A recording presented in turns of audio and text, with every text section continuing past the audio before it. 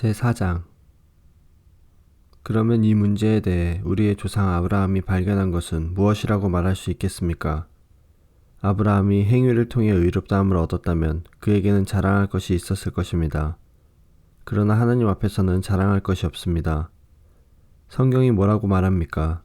아브라함이 하나님을 믿으니 그 믿음을 그의 의로 여기셨다 라고 하지 않습니까? 이를 해서 품삯을 받는 사람은 그가 받는 품삯을 당연히 받을 것을 받는 것으로 생각하지 선물을 받는 것으로 생각하지 않습니다. 그러나 일을 하지 않는데도 품삯을 받는 사람이 있다면 그가 경건하지 않은 사람을 의롭다고 여기시는 하나님을 믿기 때문에 하나님께서 그의 믿음을 보시고 의롭다고 여기시는 것이 됩니다. 다윗은 행한 것과는 관계없이 하나님께서 의롭다고 인정하시는 사람이 받은 복에 대해 다음과 같이 말했습니다. 자기 죄를 용서받고 자기 허물이 가려진 사람은 복이 있다. 주님께서 죄 없다고 인정해주는 사람은 복이 있다. 그렇다면 이 복이 할례를 받은 사람에게만 내리는 것입니까? 아니면 할례를 받지 않은 사람들에게도 내리는 것입니까?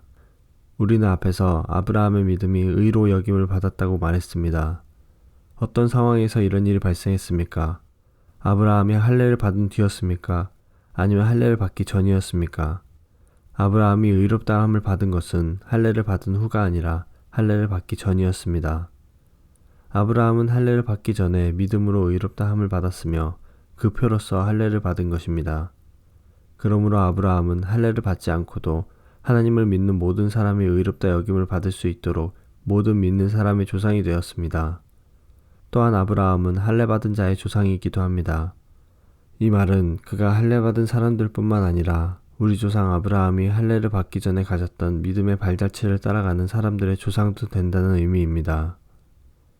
하나님께서 아브라함과 그의 후손에게 그들이 세상을 물려받을 상속자가 되리라고 하신 약속은 율법을 통해 온 것이 아니라 믿음으로 인한 의를 통해 주신 약속입니다.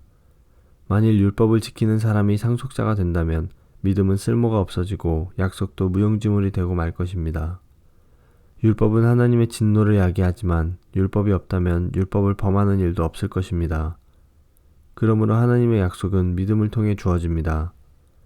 이렇게 하신 것은 하나님께서 아브라함의 모든 자손에게 약속을 은혜로 주시기 위해서입니다.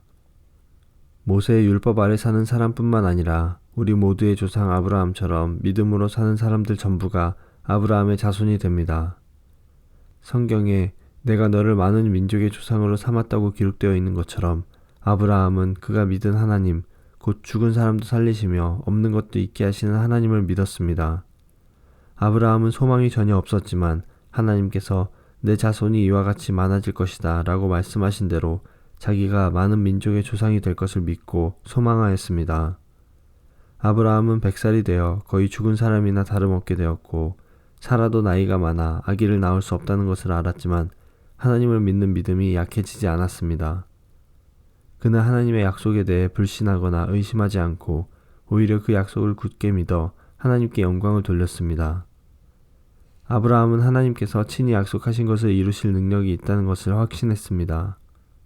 이것이 바로 하나님께서 그 믿음을 그의 의로 여기셨다라고 말씀하신 이유입니다. 그의 의로 여기셨다는 말은 아브라함만을 위해 기록된 것이 아닙니다. 그 말은 우리 주 예수님을 죽은 자 가운데서 다시 살리신 분을 믿음으로 의롭다함을 얻게 될 우리를 위해서도 기록되었습니다. 예수님은 우리 죄 때문에 죽임을 당하셨고 우리를 의롭게 하시려고 다시 살아나셨습니다.